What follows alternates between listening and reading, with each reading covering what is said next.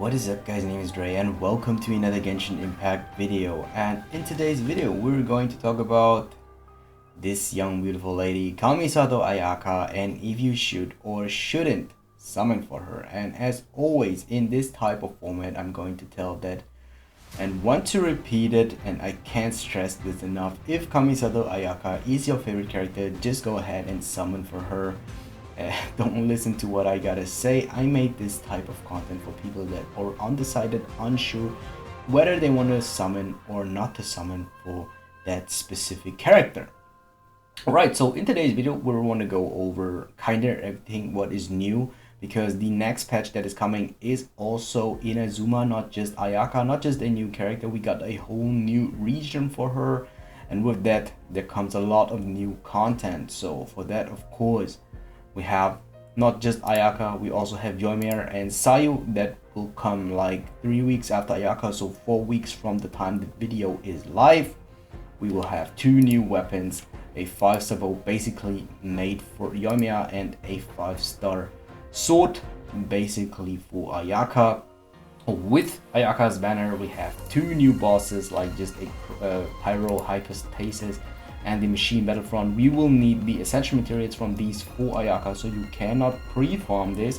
The only thing that you can pre-farm are like the blue crystals from the cryo registine or the cryo hypostasis in dragon spine.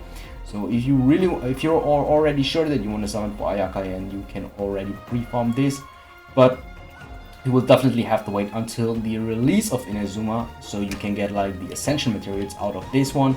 Also, Ayaka will need different materials, like different collectible materials from the open world for her ascension. So you gotta explore Inazuma fully for that, or at least for the specific items that Ayaka will need, as well as that she has different talent materials, because every character from a specific region will need the specific talent materials for that. So just for example, Zhongli will need talent materials that are only droppable in Leeway, or Jean only droppable in Mondstadt dungeons. And same goes for Ayaka, she will only need talent materials that are drop-able in Inazuma. Next are like just a couple of small stuff, so I don't want to talk too specific about this. These are just some new exploration mechanics here. We can see like kinda new enemies, like over here, the traveler that uses the new sword. We do not see any damage numbers. Also the traveler will get the electro element, as well as this one is kinda huge. So Theater Mechanicus is coming back to the game, which I do really like. So just from reading that, I do not know if now Theater Mechanicus will become a permanent game mode, but it seems like that it will become a permanent game mode, not like just an event. So I think that will be implemented as content that you can clear regularly or on a regular base. And yeah, just like the treasure hunter mechanic here. Oh no, I think that is the Lost Riches event. So this is a tease for the Lost Riches event, Theater Mechanicus. So I feel like that these are all teasers for the events, I guess. These are not mechanics or from the game, just events. So I think that Theater Mechanicus just will be an event that will return with Inazuma. So that is the first time that an event will return. Same goes with the Lost Riches. Alright, so enough talk for that. Let's go over Ayaka. Of course, one-handed sword user, cryo. I don't want to go over the lore. Let's go straight into the ability. So she has a 5-hit combo, nothing too crazy. Charged attack, so this is the 5-hit combo, and that should be the charged attack here. Damn, the charge attack looks sick though. The charge attack looks pretty sick. Okay, so nothing too crazy, I guess. So let's go straight into her E ability. So the important to notice here is it seems like that she doesn't have a hold E ability, and as we can see from this picture, she does generate 4 elemental particles with her E. You just gotta press the E. There's no hold E, so just press E and it will deal AoE cryo damage. Pretty simple ability, but generates 4 elemental particles, which is kind of huge in my personal opinion. So you build like a little energy recharge, you will be able to like spam your ultimate. It doesn't matter how much the ultimate costs, even if it is like an 80 cost elemental burst. If you just put like another cryo character, you just activate this, you swap it to another cryo character, let's say Rosaria, use E, swap back to Ayaka, and if you have like enough energy recharge, then she should have her ultimate back, even if it is a 80 elemental cost. So this ability is really, really good in my personal opinion. Next one is Kamisato Art Senho. So just from seeing that, I do not fully understand what this is. If this is like, I think she does sprint, so she has like the sprint mechanic like Mona, as you can see here. So Mona does the same. If she sprints, she goes like under the ground, and there is like some water floating around. Ayaka does the same with cryo or with ice, and she has an additional special ability with that, alternate sprint. Oh, it is also called alternate sprint. Ayaka consumes stamina and cloaks herself in a frozen fog that moves with her. In Senho form, she moves swiftly upon water. Alright, so Senho form is just basically Mona's sprint. When she reappears, the following effect occur. Ayaka unleashing frigid energy to apply cryo on nearby opponents. Coldness condenses around Ayaka's blade, infusing her attacks with cryo for a brief period. Okay, kind of easy to understand. So this one is just basically that she has the same sprint as Mona, just with ice. But if she reappears from the ground and hits an enemy, then your next auto attack will deal cryo damage for a certain amount of time, I assume, or for a certain amount of auto attacks. You do not exactly state that here in the official news for Ayaka, in the official ability overview.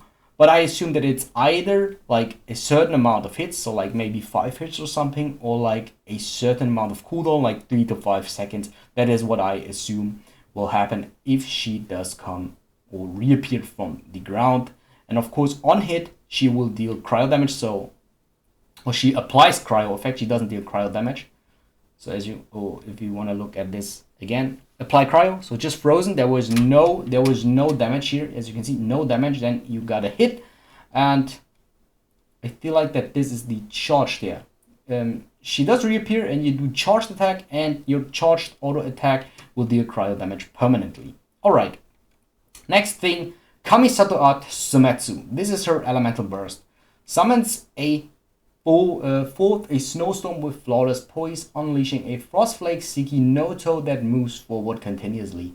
Frostflake Seki Noto, a storm of whirling icy winds that slashes repeatedly at every enemy it touches, dealing cryo damage. The snowstorm explodes after its duration ends, dealing AoE cryo damage. Okay, let's take a quick look at the animation of this elemental burst. So it does seem a little like Venti, but just in cryo for me. As you can see, it does deal like damage. So this does look like Venti's elemental burst, to be honest, just like in cryo form. So let's go over this again. It deals cryo damage, obviously, and it explodes after its duration. And so let's take a look at the explosion.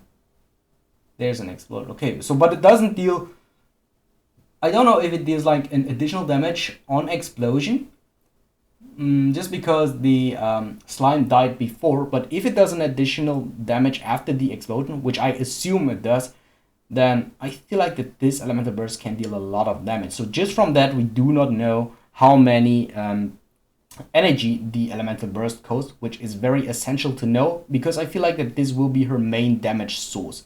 So you kind of just use E for a reason. It gives you just want to use E for a reason. It should give 4 elemental particles, and then you want to transform that into your elemental burst. So that's what I assume is Ayaka's playstyle. You want to use her elemental burst as often as possible. It does deal quite a lot of damage, and then you can swap into another character. So that, of course, opens the door for freeze comp. So I think that Ayaka is easy to use with freeze comp, because she can consistently apply cryo with her elemental burst. Also, she has 2 abilities besides that can apply cryo. Of course, not too consistently, but let's just say you were in combat, you just sprint and then you come back and you apply cryo, you swap out, you already have cryo applied. It is kind of easy to freeze the enemy. You can swap back to Ayaka and then just use the shatter damage to attack. Same goes with her E ability, or you just can apply like Hydro first, use E, So I think freeze should be easy to apply. It is not the strongest, I guess. So, but what is more interesting, in my opinion, is if she works with a melt comp. So we cannot see that for 100% with her elemental burst, but I assume that melt should work quite fine with her. You use your elemental burst, you have a constant application for cryo. For that, it is important to know how long the duration of her elemental burst is. So if you just like count it like you use burst 1, 2, 3, 4, 5, 6. So let's say 5 to 6 seconds, I guess. So it should be like around 5 to 6 seconds, which is nearly Venti's elemental burst that does last for 8 seconds. Then I guess that it is kind of easy to apply that with Pyro. So a playstyle that I assume that should work is Ayaka elemental burst and swap into a Pyro character that can consistently apply Pyro, so you will have melt consistently. Of course, melt has an internal cooldown, keep that in mind, so you will have to wait 1 to 2 seconds. So let's say you swap into Xiangling, you want to melt, then every time the Pyronado of Xiangling hits the elemental burst from Ayaka, you will have a 1 to 2 second cooldown in between that to melt. So if we assume that the elemental burst has a lasts for 5 to 6 seconds, and you use Xiangling with her Pyronado, then that means that you can melt between 2 to 3 times during that time, which I think should be enough to deal a lot of damage. You can do it the same like with Klee or Yanfei. Use Kamisato Ayaka and then charge attack. Then you will have to wait for another couple of seconds, charge attack, and do another charge attack. Also, I think a possibility should be physical Kamisato Ayaka. If you just use her with a electro character, because she already has cryo, you can apply cryo already with E and with her sprint attack. Then you can swap into Beidou or Lisa or Official, apply electro, and the elemental physical resistance is down, so you can use charged auto attacks with Ayaka. I think that should also be a way that you can use her.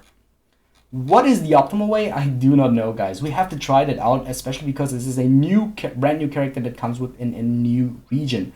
So I hope I could help you out at least like with the different playstyles. So the assumption is you can use her on a freeze comp, you can use her on a melt comp, and you can use her on a superconduct physical Kamisato Ayaka combo.